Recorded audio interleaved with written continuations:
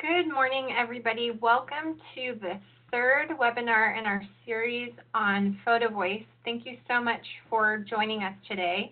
This is Kim with the California Youth Advocacy Network, and I'm excited to be participating in this webinar with our partners from the Center for Tobacco Policy and Organizing and the Tobacco Control Evaluation Center. I'm going to turn it over now to Teodros from the center to kick us off. Thank you, Kim. Good morning, everyone, and thank you all for joining us for this webinar on Photovoice Part 3, Turning Images into Action. As the name suggests, this is the third in a series of webinars on Photovoice. This series of webinars and resources was developed in collaboration with a few different organizations, the California Youth Action Network, the Tobacco Control Evaluation Center, the Center for Tobacco Policy and Organizing, and also the California Tobacco Control Program. If you haven't already, please be sure to check out parts 1 and 2, which introduce what Photovoice is and what it is not, its possible uses, and how to facilitate the process. Today's webinar is going to focus on how to leverage a Photovoice project into community action. And specifically, our agenda is going to cover tracking issues and actions, maintaining engagement, turning participants into advocates, showcasing images, leveraging experiences into actions, and evaluating the project.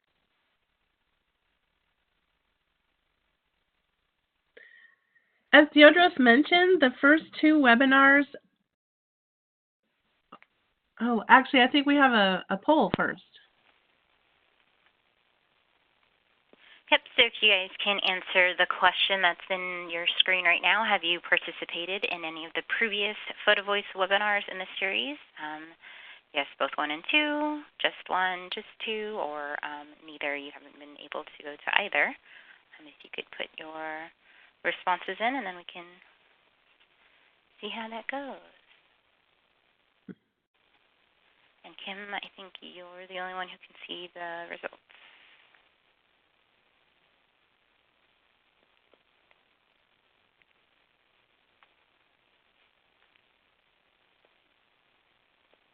Great, thank you, everybody. It looks like we have about a third of you who were able to participate. And I'm going to show you guys those exciting results right now that have been able to participate, and then a couple that have watched 1 or 2. Just a quick note on that. We are hosting at CYN, we are hosting each of the recorded webinars on our website at cynonline.org. Unfortunately, our web system just changed their new technology, and so we haven't been able to get the downloaded recording for webinar 2, but as soon as we're able to alter that file and then the file from today's webinar, we'll get those up on our website. But we do have the first webinar recording on the website now, and we're also happy to just send you other resources to provide background on the content from both webinars if you'd like them. Okay, thanks everyone. So this is Robin. Hi everyone. As Teodros mentioned, the first 2 webinars outlined what a Photovoice project consists of. It's really an empowerment building process for nurturing participant confidence and skills so that they become committed community change makers. This is achieved through a multi-step process, as you can see here with this graphic, that consists of training, fieldwork, self-reflection and critical discussion, and photo display that gives voice to the lived experiences of project participants. And this all culminates in some sort of a photo sharing event or display where selected images and captions or stories are shared with a wider audience. One of the tools that extends the reach of the Photovoice project into civic action is a community impact tracking form. And as issues are identified during the photo review and discussion sessions with participants, a spreadsheet like the one I just showed you provides a central spot for the group to record topics and to revisit the list when the time is right in order to identify possible actions that could be taken. So those actions might consist of anything from community education presentations, event tabling, media campaigns, petition gathering, or speaking at city council meetings, or even staging protests. So from this possible list of actions that could be taken, the group can then evaluate which options seem the most feasible and or which have the greatest potential for impact. Noting the brief details about what action was eventually taken and what happened as a result on this tracking form provides a nice summary to use when writing up project outcomes in a progress or final evaluation report. And it also helps participants see what they have achieved.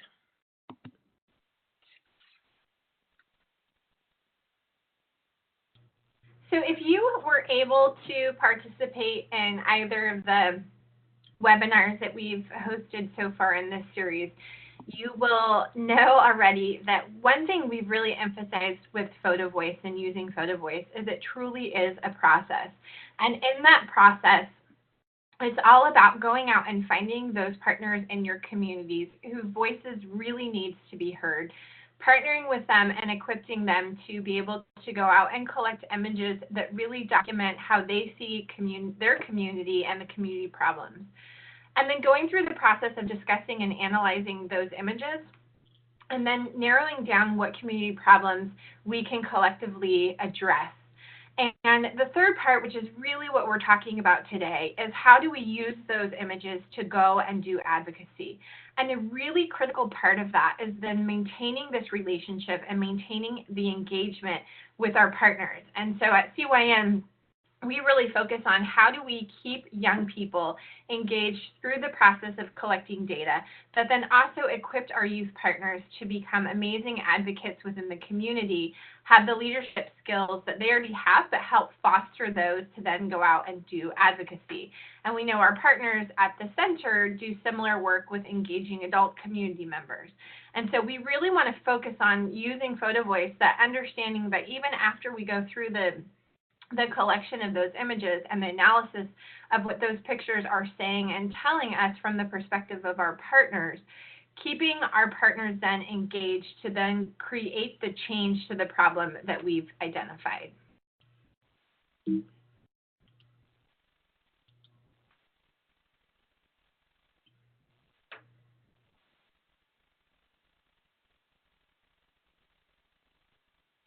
So thank you for that, Kim.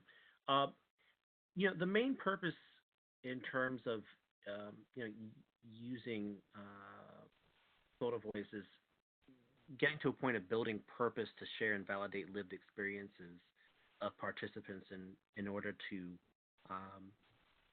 move toward policy change. And obviously, many of you have already established scopes of work, but there's still a lot that can be done in terms of being able to show how it matters to particular areas that you're in or in particular jurisdictions in terms of the policies that are being pursued.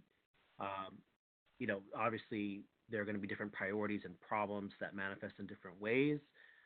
Photovoice gives people the opportunity to demonstrate how, in this particular sense, tobacco impacts their communities and their lives. And all of that obviously can differ based on their location, demographics, social determinants of health, et cetera. First, it's important to make sure that information is localized and we're showing how this is happening and what the effects are in our particular community, and then promoting questions about which policies are fair and which policies create disadvantage, developing and strengthening links between community members and influential policymakers, and those of us at who are tobacco control partners, empowering and supporting Photovoice participants as advocates to bring forward concerns and policy advice, fostering community discussion and collaboration on the issue of policy recommendations based on research done within the community, and also sharing knowledge with existing systems so that planning and programming can be more effective and responsive to identify needs. And, ultimately, have engagement to action and gain some policy momentum and figure out what is the ask that we can make to policymakers or stakeholders.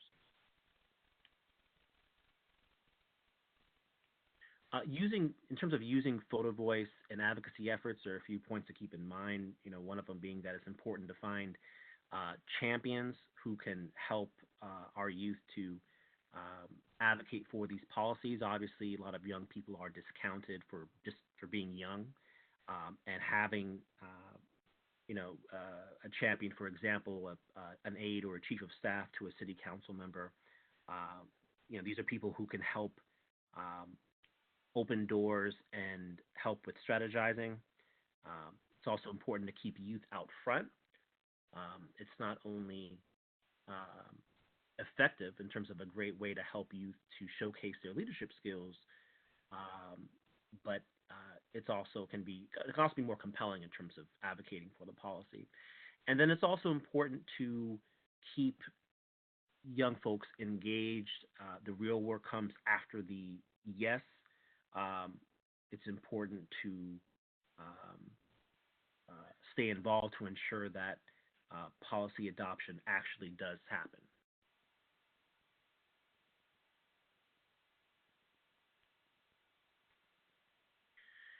In terms of presentation training, some of that is going to depend on where the community is on that particular issue.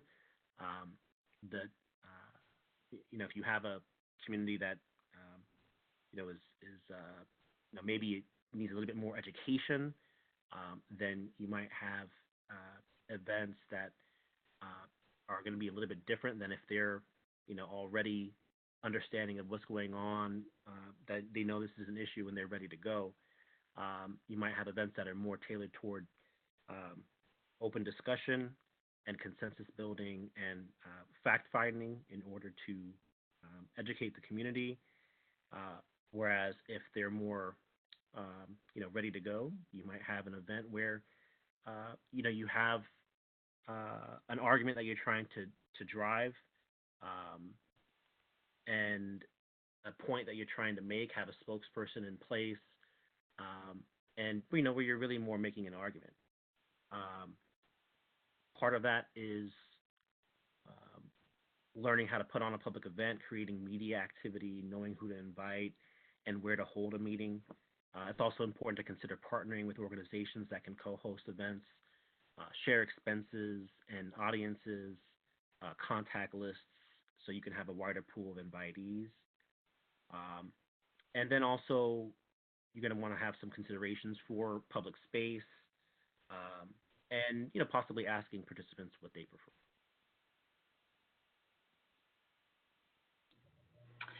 So as Teodros was just mentioning, once the discussions have taken place with your community partners about their images and their findings and their perspectives on the pictures, and really identifying what the problem is in the community to address, there's a couple of different paths that can be taken. So one path is to share the pictures and share the images. And how we do this is really dependent on what we want to get out of the sharing. And one example could be sharing the images and sharing pictures to provide education to the community, to just increase awareness about what is being seen, what is happening, and even more so the perspective of our partners and volunteers of how they're seeing the problems within their neighborhoods or their schools or wherever they took the pictures at. And so there's a variety of different creative ways that we can support our partners in sharing their pictures through different channels. So one fun way to do this is to actually bring the pictures and the stories to your coalition meetings. This is a great opportunity. It's a safe space for our partners to come to share their pictures, and then again to tell the background about why they took this picture, what the problem was that they saw within the community. And that's a really easy thing to do. Your meeting's already scheduled, you have people already there, you already have a space, so it's not going to take a lot of work to do that. Another way to do this is through a gallery or an art walk, essentially, where you can find a space to be able to put the images up and also print out the stories, having the volunteers who are participating in this and standing with their pictures so they can also share their perspectives and what they saw when they went out and took the pictures and why they took the pictures. As Theodros was just mentioning, making sure that if this is the way that they're going out and sharing their pictures, that they feel confident in what their talking points, feel confident in their messaging and making sure that their messaging is concise and that they feel like they're able to deliver this. And in some cases, not all of the volunteers are going to want to necessarily stand up and be able to share. And in others, there are people that are going to want to share that. So how you display the pictures are also really dependent on your partners and what they feel safe in doing and comfortable in doing, and then their skill set in order to do that. And then, of course, there's also opportunities to go out and to be able to share this with decision makers. And so this is really going to be dependent on what the outcome of this sharing is. Again, looking at the work that we do within tobacco control and knowing that a lot of what we do is advocacy, it really is an opportunity to be able to tie in the advocacy activities into the sharing that we're doing. So this is just an example of a picture that we did. We did an event years ago where we were able to do some community sharing of pictures and actually videos that young people took in a event in Santa Clara County. One of the things that we really had to consider when doing this event, we called it a big showcase. It was an opportunity for us to invite parents and educators, peers of these young people, and also decision makers. But we really had to consider how comfortable the volunteers were in sharing their stories, and if they couldn't come to this, also checking in with them to see if we had permission to share the stories on their behalf and what they wanted us to share for them. I think it's really critical to understand these are not our stories to share. These stories belong to other people. The pictures belong to other people, and so we really have to get buy-in for that. But making sure when providing these opportunities to share that our partners are able to be there if they want to be there, that we set up enough time for each person to be able to share. So that's something to consider when determining how to share the images. What time constraints might you have? How do you work that in so everybody has an opportunity, an equal opportunity to be able to share? And then also, what's the process of that? What does it look like? Do people have an opportunity to talk to the volunteers who took these pictures?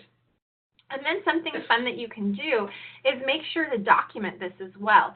So not only is this an opportunity, whatever you do, to showcase the pictures, again, if it's a coalition meeting, if it's an art walk or a gallery, if you want to have a separate event to do something with it, not only is it a great opportunity for your partners to showcase the pictures and the problems and the discussion, the outcome of the discussion, it's also a fantastic opportunity to document the showcase and to be able to collectively have all of your volunteers in one space sharing their stories and creating a video out of that and highlighting the success. This is really a success of this project as well, is that they've all come together and they're displaying their images and sharing their perspectives with community members. And recognizing that your showcase can also provide an opportunity for some advocacy. So again, it could be strictly educational, and it could just be an opportunity for your partners to share their pictures, or you can tie in and ask. And so again, the example that I just mentioned, this project that we did in Santa Clara County with our partners at the county, what we were able to do was we were able to bring together all of these different youth groups that took pictures and videos and documented problems in their community, to come together to celebrate their success, celebrate all of the amazing work that they were doing, and then brought in decision makers. One reason that we did that was to thank the decision makers who were supportive of tobacco control opportunities or tobacco control initiatives within the community, and thank them for their leadership. But then secondary, it also gave young people a space to be able to ask their community to support the work that they were doing. So there were a number of youth at this particular instance that were involved in smoke-free parks ordinances, and they wanted to document the problem in parks. They wanted to document how much tobacco waste there was in parks and the type of waste and the location of that waste. And so as they shared their stories and the problems that they saw in the parks and these images that they collected, they were then also able to create an ask, and they were able to ask people to support this initiative that they were advocating for. And so this is a really good opportunity to create that bridge between showcasing the images, educating community members and potentially decision makers on the findings and the problem, and then tying in that advocacy to create the ask for the solution and what the next step is. It is important to note, though, if you are tying in that advocacy, if you're directly linking the showcase in with some legislation, you just need to be cognizant of that and who's funding and sponsoring the event, because if, again, it could get on that line of doing some lobbying, and so you just want to make sure that if you're tying in those asks and the advocacy, that you make sure that the sponsors are not necessarily the local lead agency, but more so the coalition. So just some things to consider when linking in the advocacy.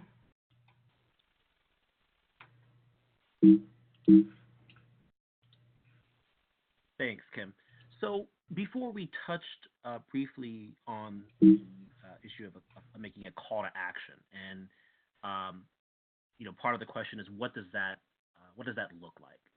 How do we use this to gain policy momentum? How do we get policymakers to see this and listen? How do we get community involvement? And more specifically, what is the ask? And part of that is centered around what your leverage is and what your strength is.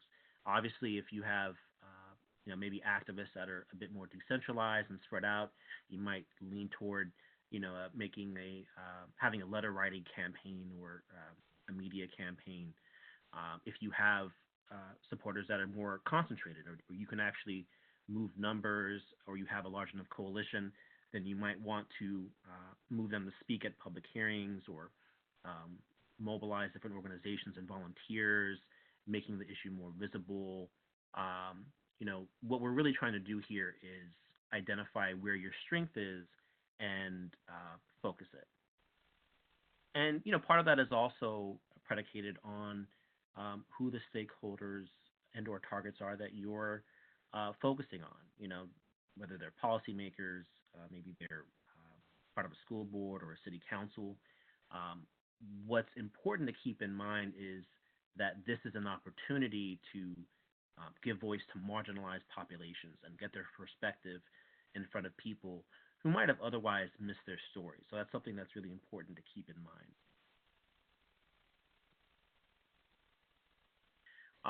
Obviously, tactics are going to be very dependent on, your organizational considerations, who you want to be a part of your coalition, who your targets are and stakeholders.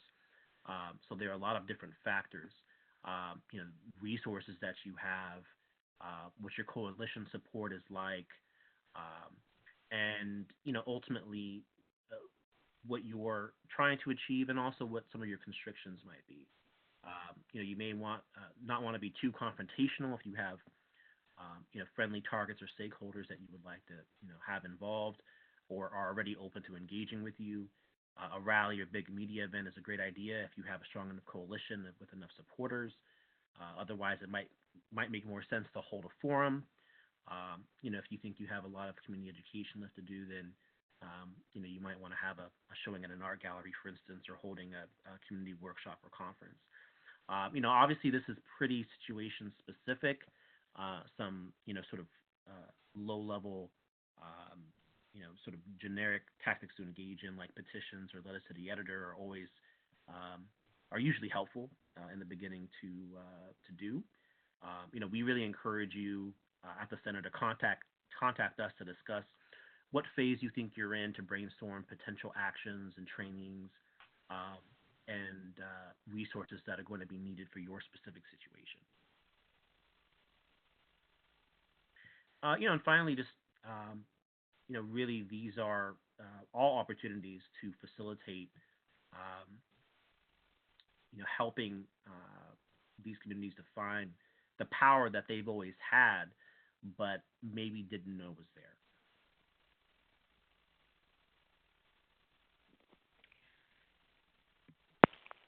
So as you do all of that wonderful work, you also want to make sure that you evaluate the Photovoice process.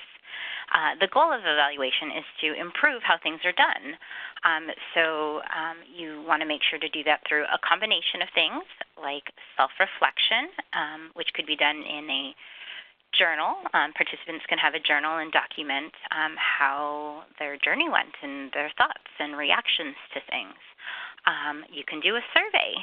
We at TCEC like to do the retrospective pretest survey, which helps to measure change over time in confidence, skills, or some other metrics. You also want to have a combination of group discussions or debriefs, or you can also use that community impact tracking form that Robin discussed earlier. Those are all great ways to collect information along the way throughout the whole process. And then during the exhibit, you also want to collect data. As Kim mentioned, you want to document the experience. It'd be spectacular to have a video to be able to share. You can also take the opportunity with all of these folks in the same room, take the opportunity to approach people and then ask them a few questions about what they think about the exhibit. You solicit reactions from the attendees. You can ask them, which images moved you the most, or did you have any questions about any of these images? Like we keep mentioning different ways to facilitate these discussions. It doesn't all have to be just conversational. You can have people use Post-its and maybe share how different images impacted them emotionally.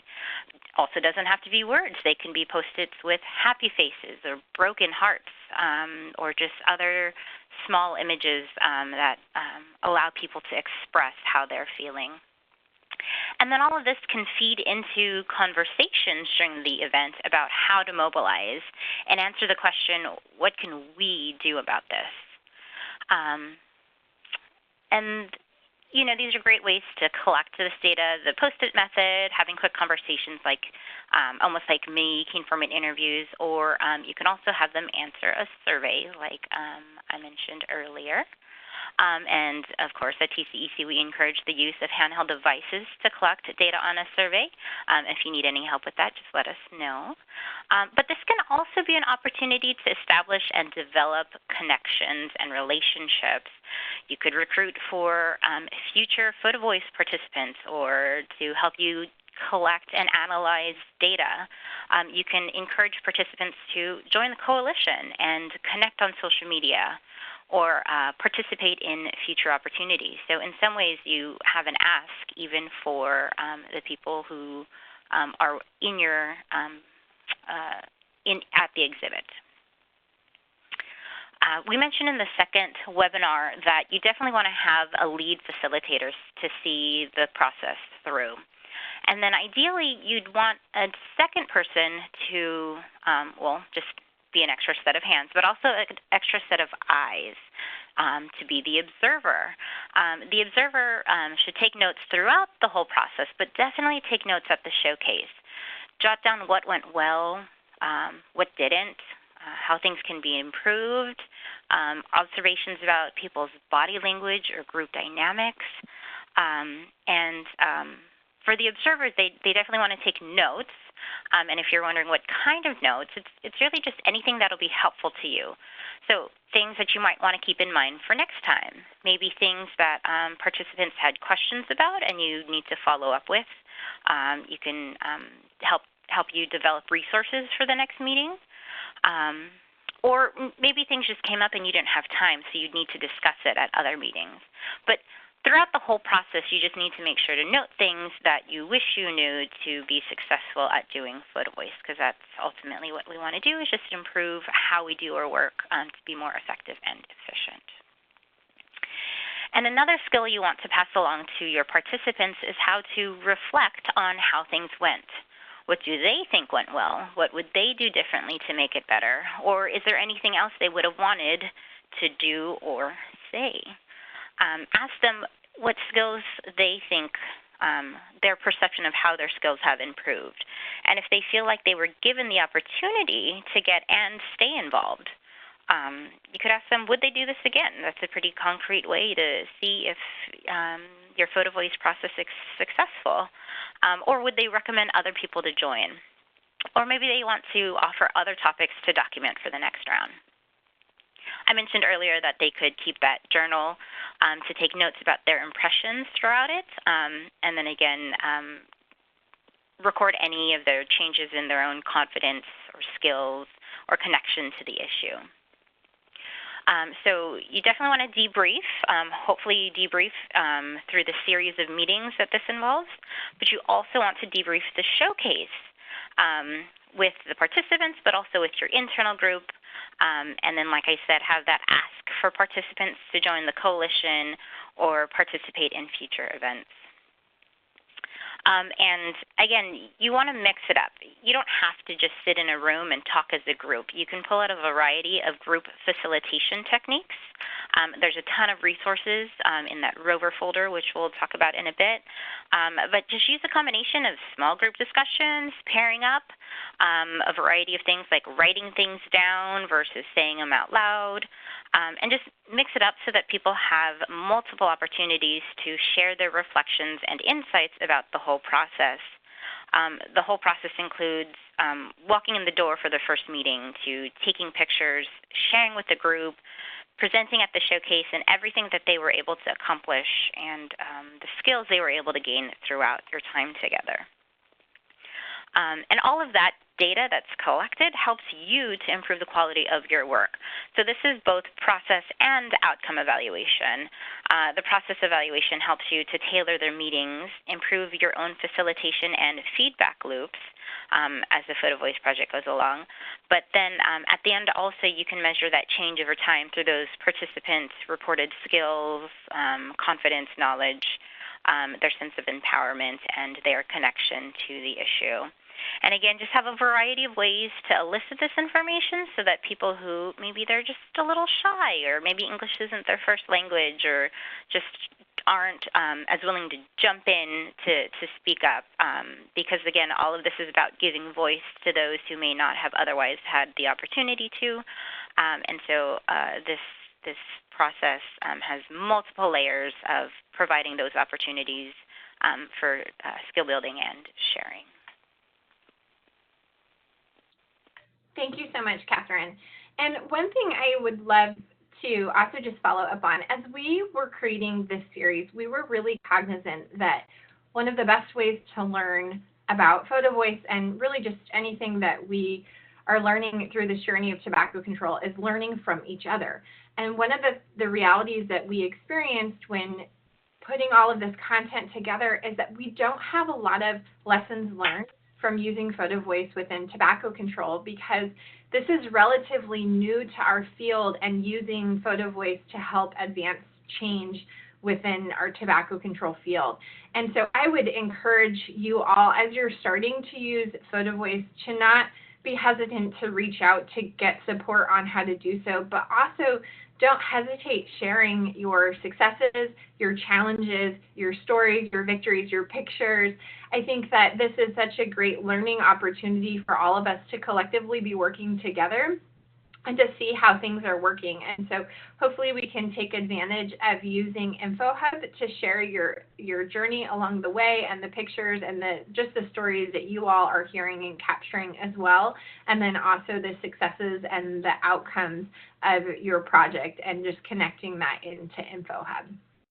So to look back at what we've been talking about over the last few weeks, or few months actually, I wanted to share the very first webinar, the history of this webinar series is actually, we had put together, CWAN had put together this plan to do a webinar on engaging youth partners in Photovoice.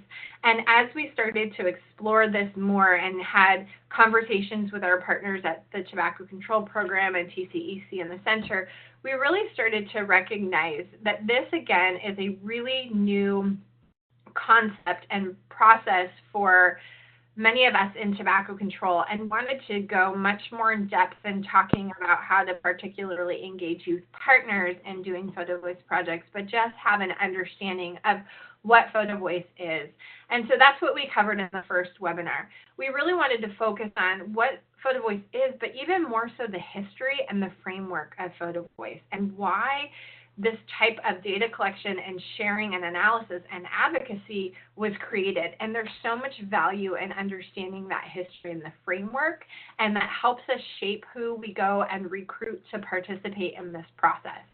We also talked about why it's so critical to use Photovoice. Again, coming from an organization that's really dedicated to engaging youth and creating change in our communities, we feel strongly that Photovoice and other forms of data collection give young people an opportunity to document the problems in their communities and to really see the problems so that they can then be part of identifying the best solution and being part of creating that change.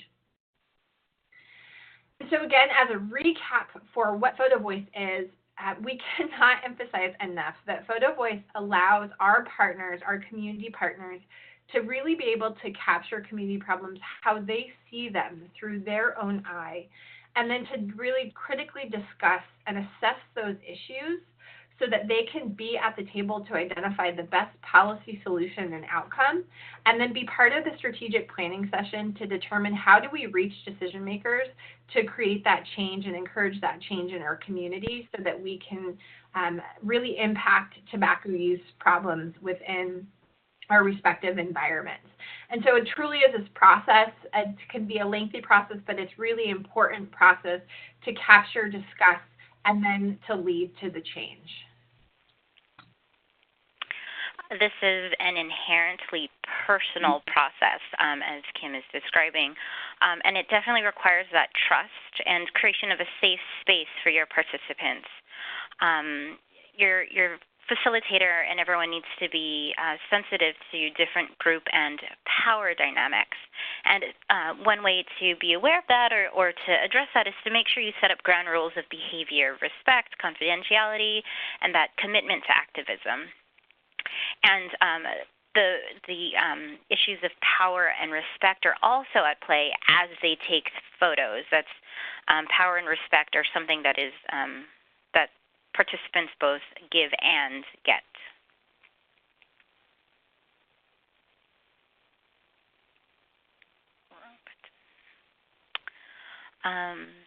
And then through the process of, you might even want to do multiple rounds of picture taking and sharing, and the critical discussion with participants. Through that time, they hone their message and are able to have a final caption or story to share at the showcase. And remember, ultimately, the original photographer or author has final say on what is shared. It is their story, and we need to be sure we have their explicit permission to share those stories in our current and future work, and that it is portrayed in the way that they intended it to be portrayed, because it is their story and their message, and ideally they're the ones to tell it themselves. And with that, I'd like you to use the chat box and share one thing you learned from today's webinar. Maybe what did you notice? Did you hear anything surprising or anything new? Was there anything you particularly liked? Or was there anything you disliked? Go ahead and use that chat box, and Kim will read those off to us. You could also type something in about what this information means for your organization, or what you plan to do differently now that you've seen this webinar.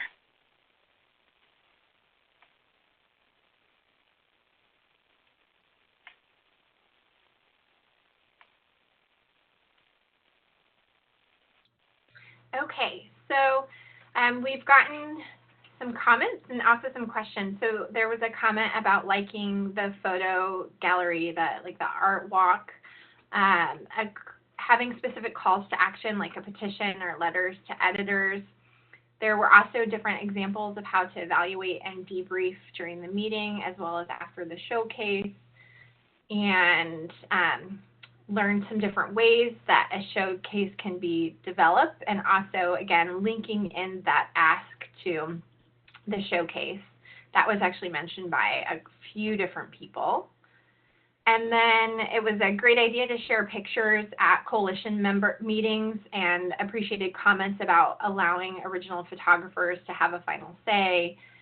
And there was also a note, just I think based on that first poll that we had, to just encourage people to watch the first 2 webinars to get an understanding of the process and then all the critical information on the discussion. And then there was a question, but I'm going to hold that question until we get to final questions because it's a good one.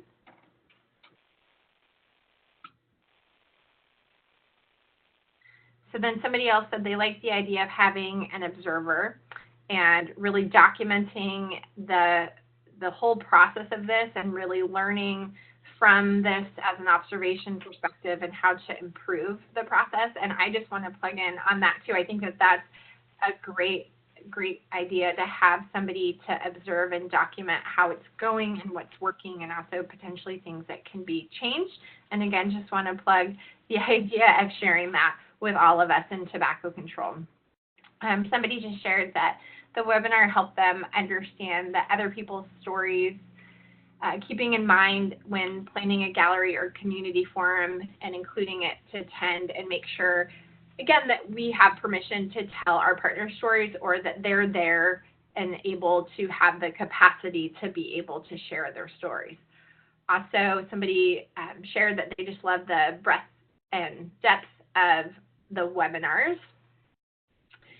Liked having a call to action section. It's encouraged as part of Photovoice project. Yes, I want to echo that many times, that it's just so critical that, again, this is being a process and really important to have that call to action at the end. I learned that Photovoice is about the community's experience, and we need to honor that and their stories. It's not just projects with Photovoice and their work plans and their goals. And then somebody commented that the layout of the PowerPoint was really great. And I think that that is it. All right. Well, thank you for reading all those. So for more resources, we have a Rover folder. The awesome librarians at the Rover Library compiled a ton of resources, some that we couldn't find. I have no idea where their magical powers come from, but they have all these awesome resources in the Rover folder. It also includes a website to different facilitation techniques that I keep harping on. But just contact Rover Library or any one of us, and we can help get you connected to that folder full of resources. And I think we have one more poll. The poll is, do you have plans to do a Photovoice project in the next 12 months?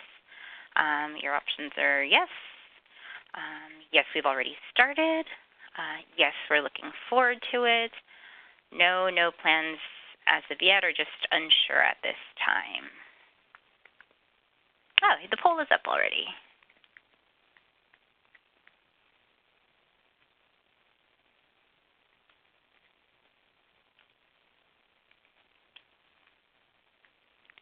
And while you're answering those questions, that poll, our contact information is up on the screen if you want to connect with us afterwards.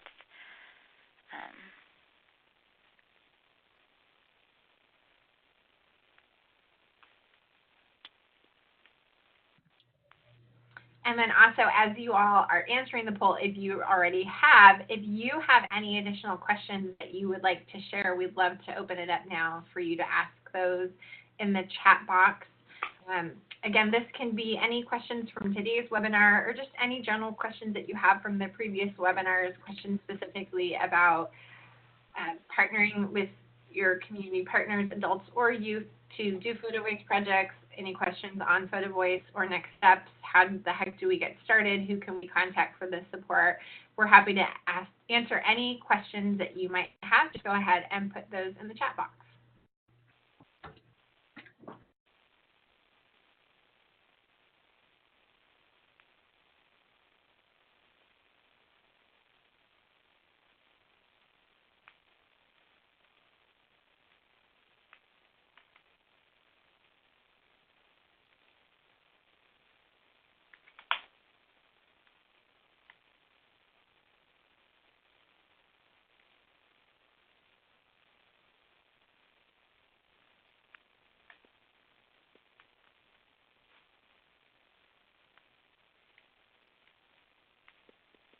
I can see the responses. I'll read them off. So apparently 3 people are currently doing a Photovoice project. Great. Come call us and let us know how that's going and how we can help.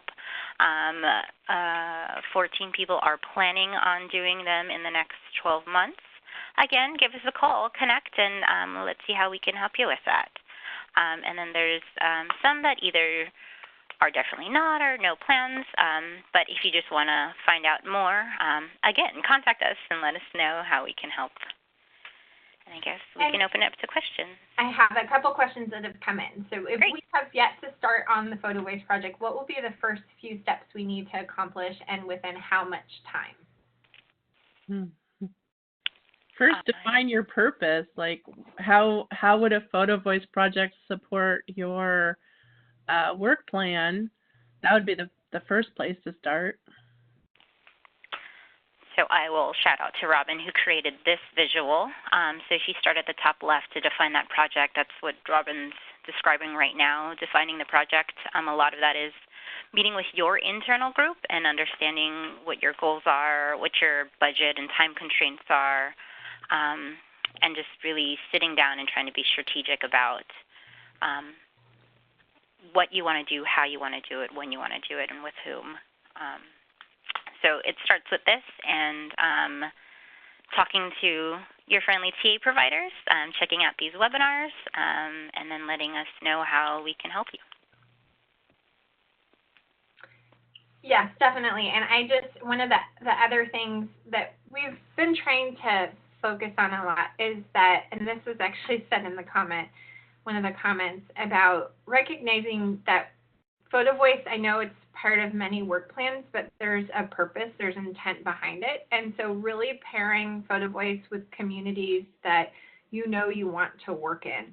And so making sure that if you have policy objectives or you have ideas, CX data from certain communities, and you are aware that there are certain issues, that looking at partnering in those communities and then going back and really identify who are the people within your community that you can partner with, whose voice needs to be heard.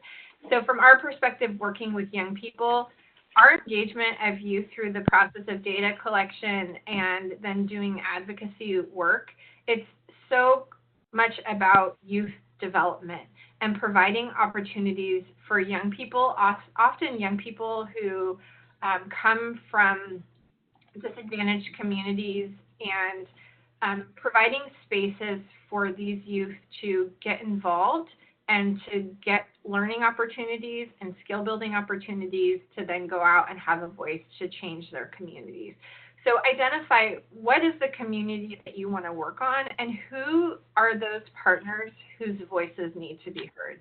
And that's a really good step. That's part of defining the project, and that will then help you identify who the partners are that you want to recruit. And then again, explaining that process, doing that team building, and then that training. So building that training. And somebody had asked a question about how many training sessions are required if you're working with young people prior to doing the showcase. And that's really dependent. So obviously you need to do the training to help prepare them for going out and taking the pictures. And then the secondary part of that, well, this isn't necessarily a training, but having the discussion about what what they're finding and how to build their stories. And then you can have a whole training around the story development. So it is an art to create a story and make a story concise and messaging. And so depending on how your youth or your adult partners are going to showcase their information, there could be a training on being a spokesperson. There could be a training on messaging, and that can be tied into spokespeople training. So a lot of that is also going to link back to defining the project and defining the outcome that you want from this project. And I should say not only that you want, but the outcome that your coalition, that your group of partners wants from this project. So those were all really excellent questions. And webinars 1 and 2 really sort of go into those issues really in a lot more depth. Webinar 1 is really about that, defining the project and recruiting participants and knowing what Photovoice can and cannot do. And then webinar 2 is really, what does the process consist of, what kind of training, how to facilitate the group discussions and photo critique kind of process. So definitely recommend you go back and start there and then read up on the resources that explain, the theory behind Photovoice and lots of other great techniques in those resources that we've compiled. And then somebody also just wanted to share that they love the term empowerment evaluation. Thank you. So that looks like all of the questions that have come in. We still have a little bit of time, so if anybody has additional questions, please make sure to share them now. If not, it's a great opportunity. I'm going to put up all of our contact information again so that if you would like any help whatsoever in starting this process or continuing this process or even just brainstorming how to do Photovoice locally, please don't hesitate in contacting any of us. You can see all of the information for each of our 3 organizations on the screen, and we are working closely together, so if we can't provide an answer for you, we can definitely connect you up with a partner who can get you that information. And then likewise, if you haven't gotten a chance to listen to webinars 1 and 2, you can get the recording of webinar 1 on our website at CYN. It's just cyanonline.org, and you can look under our trainings, and it's there. I'm working on getting webinars 2, and then after this webinar 3 up, there's just a little bug in the system that's not allowing us to. But if you contact me directly, I can send you a link and walk you through the process to listen to it. I apologize for that delay. Hopefully we'll have it up very, very soon.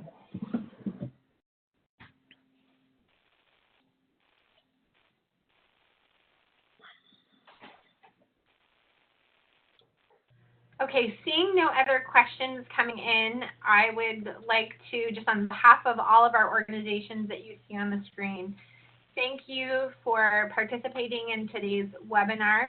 And if you've been able to listen to the other ones, just thank you for taking the time to get through all 3 of these webinars over a 3-month period of time. And we hope that you found this information useful. As you get out of this webinar, a survey is going to pop up. We would really appreciate you just take a minute to complete that survey, provide us with feedback, and also it's helpful for us to know what resources we can further create and get out to you all in the field to help you have the capacity to do Photovoice in the future.